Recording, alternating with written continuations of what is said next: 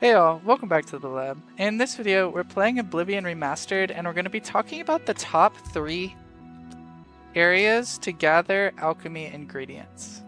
And so, the first place, and really my favorite place, is Skingrad. And what we can do is over on the west side, near the Grateful Pass stables, we can find a vineyard which has 120 grapes that we can grab, and of course all of these plants will respawn every 3 days. And then on the east side, right just east of the east gate, we're going to find tomatoes, and we're going to be able to get 90 of those. And this is really great early game because together you can create 90 restore health potions, which will help you get some early alchemy skills as well as make early potions, some restore health potions, which you can sell for gold. And of course, as your alchemy skill increases, as you get better alchemy equipment, you're going to be able to sell that for more and more money. And in the end game where I'm a master alchemist, I'm making about 16,000 gold per cycle, which means that I can make 16,000 gold every 3 days if I come and do this. And so you'll just go through here, get all the grapevines like that, and then you'll find the tomatoes on the east side.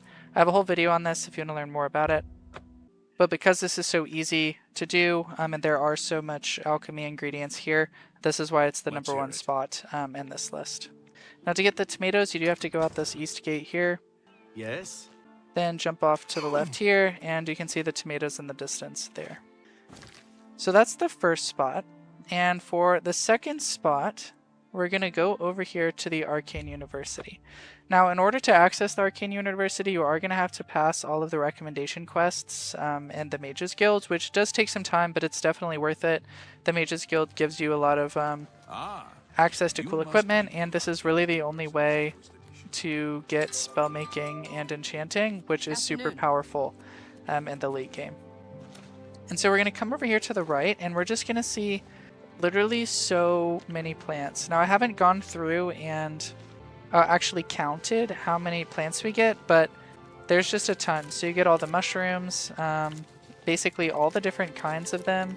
You get the little mosses, you get all the little plants here, you get flax, which is good for, I believe, magicka potions.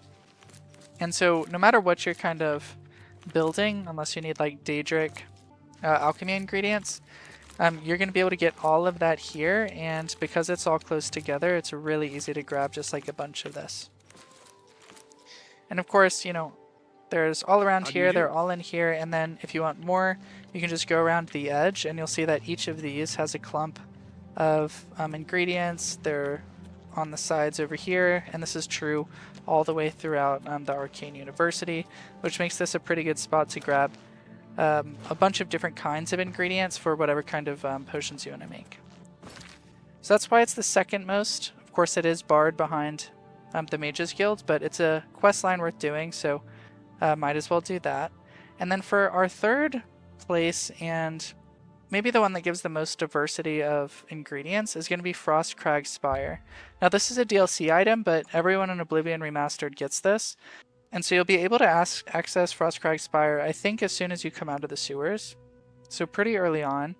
But the alchemy ingredients that you get inside of the garden is going to be locked behind a purchasable item. And I believe this comes out to somewhere around 2,000 gold, which, you know, if you're farming alchemy and potions from Skingrad, this shouldn't take you too long to amass. And so we'll enter Frostcrag Spire first. And then we'll make our way to the, not that one, to the living area.